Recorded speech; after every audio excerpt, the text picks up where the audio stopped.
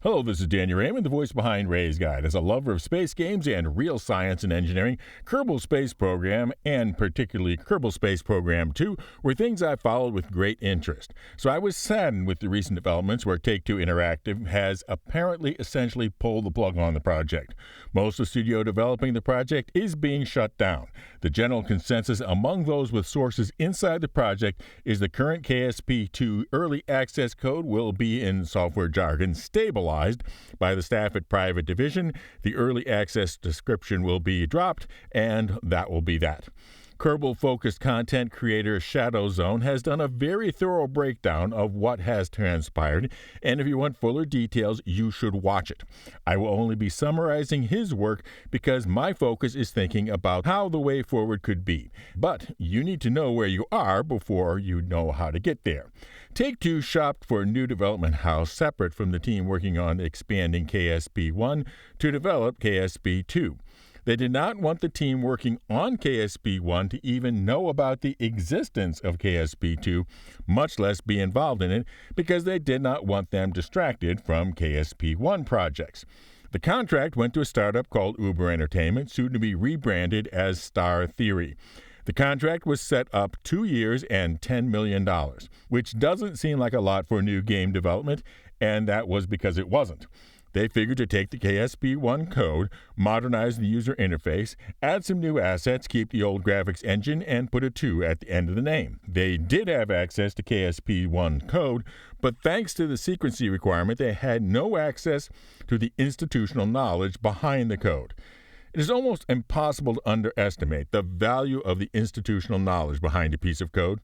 They could not seek out senior people who had worked on KSP-1, of which there were plenty, because that would have given away the secrecy. And besides, the limited budget did not allow for hiring experienced staff, so they had to hire only entry-level developers without even telling them what they were going to be working on. But hey, it was a simple project, right? Except that creative types started asking what would the users really want in the next edition. And before you know it, colonies, interstellar, and multiplayer became must-haves for Kerbal Space Program 2, all while keeping the same time frame of 2 years as to when it would be done. I can only presume that they were also smart enough to ask for more money, at least. But I think that you can tell the needle on that dial just moved from easy to impossible. Things like massive expansions of the physical scope, larger scale persistence, and particular multiplayer can't just be patched on top of a game. They require a complete refactoring. That means more people, more experienced people, and ideally people with that all-important institutional knowledge about how the original game was developed. So, budgets and deadlines went whooshing by, and tensions flared. Folks played hardball about more money, and eventually Take-Two said, enough of this crap, secretly creating another studio, Intercept Games, transferring the contract for KSP2 to them, and informing all the employees via a LinkedIn private message that they now had the rights to the project they had been working on and come work for us because your current employer has nothing for you to work on and no revenue source to pay you with. And, by the way, don't expect any better pay. Anyway, you have to imagine that even among those who took that offer, morale and loyalty couldn't be very high.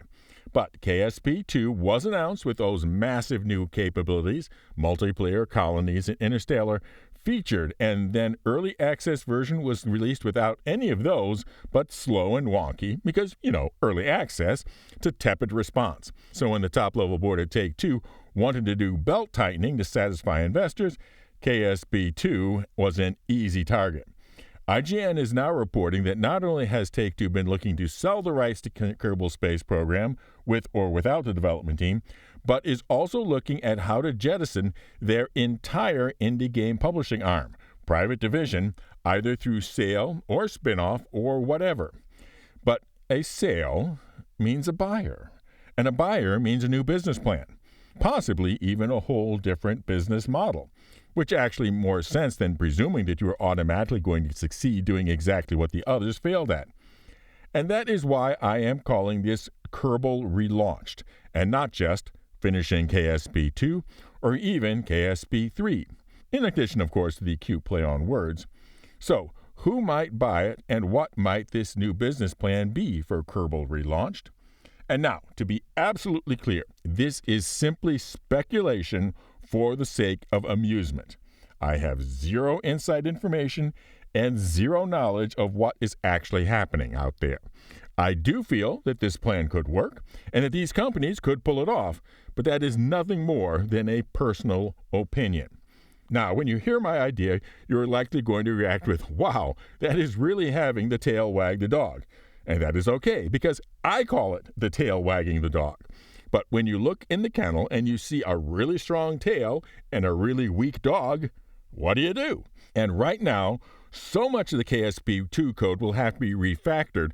The most valuable part of the Kerbal Space Program franchise are the Kerbals, the cute little green spacemen that make the game fun and not just an astrophysics simulation tool. And so, the first of the three companies is Illumination Entertainment. The Kerbals are similar enough to Minions for Illumination to know exactly what to do with them, and different enough in both age and attitude to not be pirating from that over $11 billion franchise. I envision a series of shorts on streaming media expanding to a whole shebang of merchandise and tie-ins. The main thing this does is to remove the label niche and replace it with icon.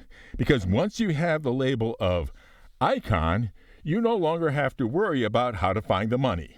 The money will find you.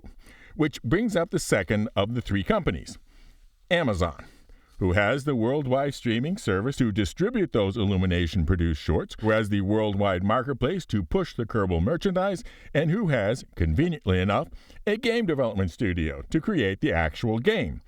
But there is a piece still missing, and that is, how do you make what was turning into a high-risk project into a lower-risk project? Simply having an almost unlimited amount of money to pour into a money pit does not make it not a money pit. And that brings up the third and perhaps smallest participant in the Kerbal Relaunch project, and that is Cloud Imperium Games. Now, I know that most of you are now shouting, no way, CIG cannot work on anything else until Star Citizen is done. And who said anything about working on creating the game? I have Amazon Game Studios doing that. CIG's contribution is one word, or it might be two, I'm not sure. Star Engine. What were all of the things that added technological blockers to KSP2? Multi-user? Star Engine check.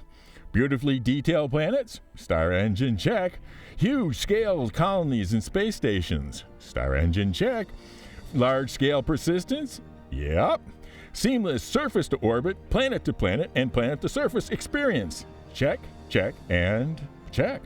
Literally everything about Kerbal Relaunch that would be regarded as a high uncertainty core R&D becomes low-risk application off-the-shelf code with CIG providing Star Engine to the project. Yes, almost the whole game would have to be refactored, but the whole game, other than the physics engine, was going to have to be refactored anyway. When I first saw the Star Engine demonstration in Los Angeles, my imagination quickly went to what other projects could it be used for? Because what makes a game engine an engine is that it can be used on a second game or a third. And here we are, a space game in need of an engine to build on. What could be better? Now for an update on our giveaways, we have special membership to help cover my travel costs, to have the channel have live CitizenCon coverage from Manchester with its own giveaway for a Hull C. And yes, I'll be giving away that colossal cargo container carrying craft, even if our live CitizenCon coverage has to be remote.